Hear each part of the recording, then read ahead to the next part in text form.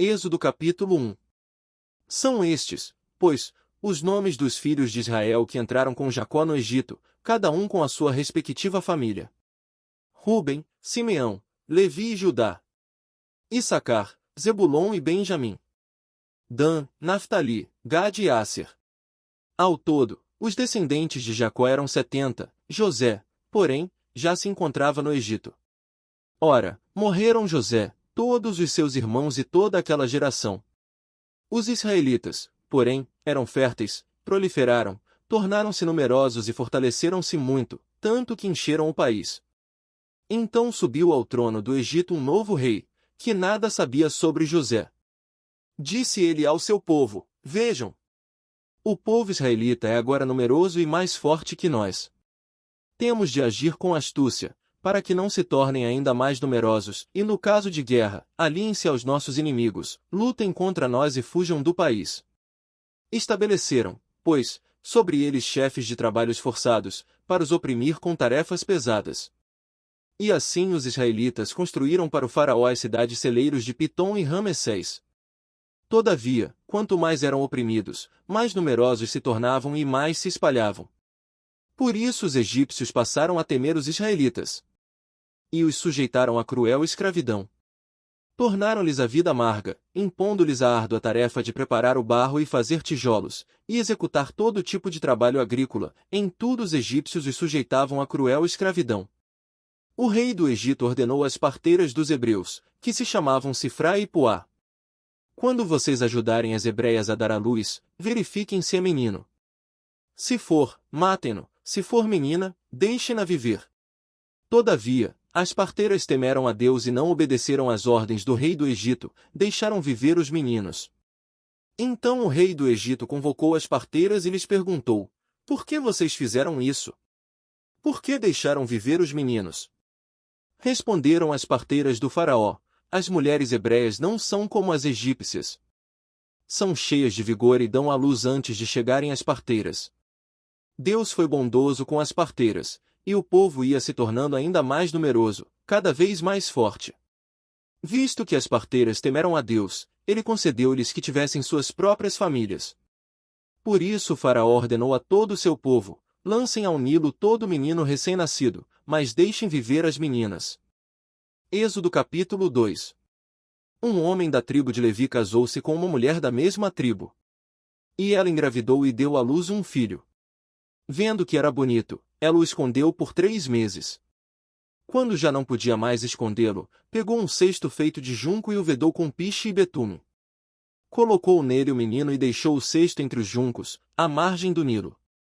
A irmã do menino ficou observando de longe para ver o que lhe aconteceria. A filha do faraó descera ao Nilo para tomar banho. Enquanto isso as suas servas andavam pela margem do rio.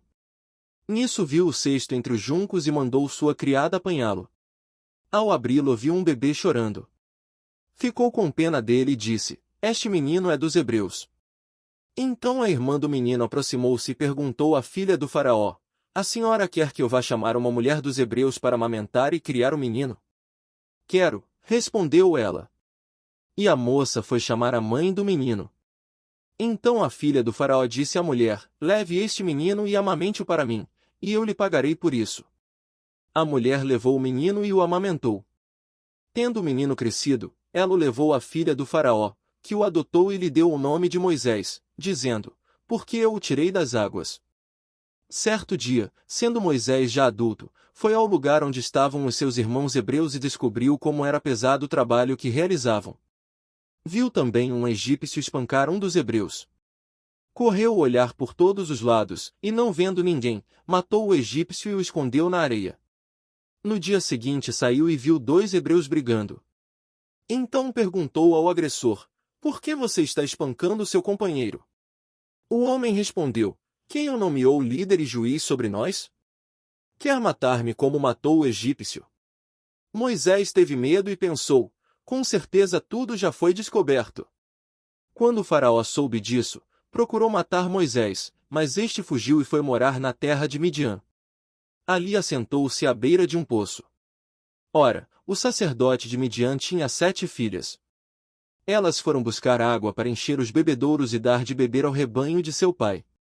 Alguns pastores se aproximaram e começaram a expulsá-las dali. Moisés, porém, veio em auxílio delas e deu água ao rebanho. Quando as moças voltaram a seu pai Reuel, este lhes perguntou: por que voltaram tão cedo hoje? Elas responderam: um egípcio defendeu-nos dos pastores e ainda tirou água do poço para nós e deu de beber ao rebanho. Onde está ele? Perguntou o pai a elas. Por que o deixaram lá? Convidem-no para comer conosco. Moisés aceitou e concordou também em morar na casa daquele homem. Este lhe deu por mulher sua filha Zípora. Ela deu à luz um menino, a quem Moisés deu o nome de Gerson, dizendo: sou imigrante em terra estrangeira. Muito tempo depois, morreu o rei do Egito. Os israelitas gemiam e clamavam debaixo da escravidão, e o seu clamor subiu até Deus. Ouviu Deus o lamento deles e lembrou-se da aliança que fizera com Abraão, Isaque e Jacó. Deus olhou para os israelitas e viu qual era a situação deles. Êxodo capítulo 3. Moisés pastoreava o rebanho de seu sogro Jetro, que era sacerdote de Midian. Um dia levou o rebanho para o outro lado do deserto e chegou a Horebe, o monte de Deus. Ali o anjo do Senhor lhe apareceu numa chama de fogo que saía do meio de uma sarça.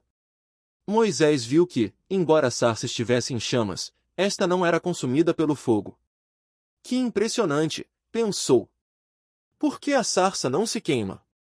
Vou ver isso de perto. O Senhor viu que ele se aproximava para observar. E então, do meio da sarça Deus o chamou: Moisés, Moisés. Eis-me aqui, respondeu ele. Então disse Deus: não se aproxime. Tire as sandálias dos pés, pois o lugar em que você está é terra santa. Disse ainda: eu sou o Deus de seu pai, o Deus de Abraão, o Deus de Isaque, o Deus de Jacó. Então Moisés cobriu o rosto, pois teve medo de olhar para Deus. Disse o Senhor: de fato tenho visto a opressão sobre o meu povo no Egito, e também tenho escutado o seu clamor, por causa dos seus feitores, e sei quanto eles estão sofrendo. Por isso desci para livrá-lo das mãos dos egípcios e tirá-los daqui para uma terra boa e vasta, onde manam leite e mel, a terra dos cananeus, dos hititas, dos amorreus, dos ferezeus, dos heveus e dos jebuseus. Pois agora o clamor dos israelitas chegou a mim, e tenho visto como os egípcios os oprimem. Vá, pois, agora, eu envio ao faraó para tirar do Egito o meu povo, os israelitas. Moisés, porém, respondeu a Deus: quem sou eu para apresentar-me ao faraó e tirar os israelitas do Egito? Deus afirmou: eu estarei com você. Esta é a prova de que sou eu quem o envia. Quando você tirar o povo do Egito, vocês prestarão culto a Deus neste monte. Moisés perguntou: quando eu chegar diante dos israelitas e lhes disser: o Deus dos seus antepassados me enviou a vocês, e eles me perguntarem: qual é o nome dele? Que lhes direi? Disse Deus a Moisés: eu sou o que sou. É isto que você dirá aos israelitas: eu sou me enviou a vocês. Disse também Deus a Moisés: diga aos israelitas: o Senhor, o Deus dos seus antepassados, o Deus de Abraão, o Deus de Isaque, o Deus de Jacó, enviou-me a vocês. Esse é o meu nome para sempre, nome pelo qual serei lembrado de geração em geração. Vá, reúna as autoridades de Israel e diga-lhes: o Senhor, o Deus dos seus antepassados, o Deus de Abraão, de Isaque e de Jacó, apareceu a mim e disse: eu virei em auxílio de vocês, pois viu que lhes tem sido feito no Egito. Prometi tirá-los da opressão do Egito para a terra dos cananeus, dos hititas, dos amorreus, dos ferezeus, dos heveus e dos jebuseus, terra onde manam leite e mel. As autoridades de Israel o atenderão. Depois você irá com elas ao rei do Egito e lhe dirá: o Senhor, o Deus dos hebreus, veio ao nosso encontro. Agora, deixe-nos fazer uma caminhada de 3 dias, adentrando o deserto, para oferecermos sacrifícios ao Senhor nosso Deus. Eu sei que o rei do Egito não os deixará sair, a não ser que uma poderosa mão o force. Por isso estenderei a minha mão e ferirei os egípcios com todas as maravilhas que realizarei no meio deles. Depois disso ele os deixará sair. E farei que os egípcios tenham boa vontade para com o povo, de modo que, quando vocês saírem, não sairão de mãos vazias. Todas as israelitas pedirão às suas vizinhas: e as mulheres que estiverem hospedando em casa, objetos de prata e de ouro, e roupas, que vocês porão em seus filhos e em suas filhas. Assim vocês despojarão os egípcios. Êxodo capítulo 4. Moisés respondeu: E se eles não acreditarem em mim nem quiserem me ouvir e disserem, o Senhor não lhe apareceu? Então o Senhor lhe perguntou: Que é isso em sua mão? Uma vara, respondeu ele. Disse o Senhor: Jogue-a ao chão. Moisés jogou-a, e ela se transformou numa serpente. Moisés fugiu dela. Mas o Senhor lhe disse: Estenda a mão e pegue-a pela cauda. Moisés estendeu a mão, pegou a serpente e esta se transformou numa vara em sua mão. E disse o Senhor: Isso é para que eles acreditem que o Deus dos seus antepassados, o Deus de Abraão, o Deus de Isaque, o Deus de Jacó, apareceu a você. Disse-lhe mais o Senhor: Coloque a mão no peito. Moisés obedeceu e, quando a retirou, ela estava leprosa, parecia neve. Ordenou-lhe depois: Agora, coloque de novo a mão no peito.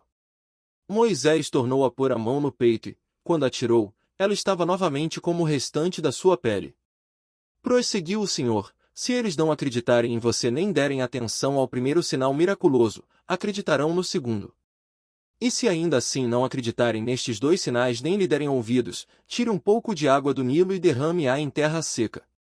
Quando você derramar essa água em terra seca, ela se transformará em sangue. Disse, porém, Moisés ao Senhor: Ó Senhor, nunca tive facilidade para falar, nem no passado nem agora que falaste a teu servo. Não consigo falar bem. Disse-lhe o Senhor: Quem deu boca ao homem? Quem o fez surdo ou mudo?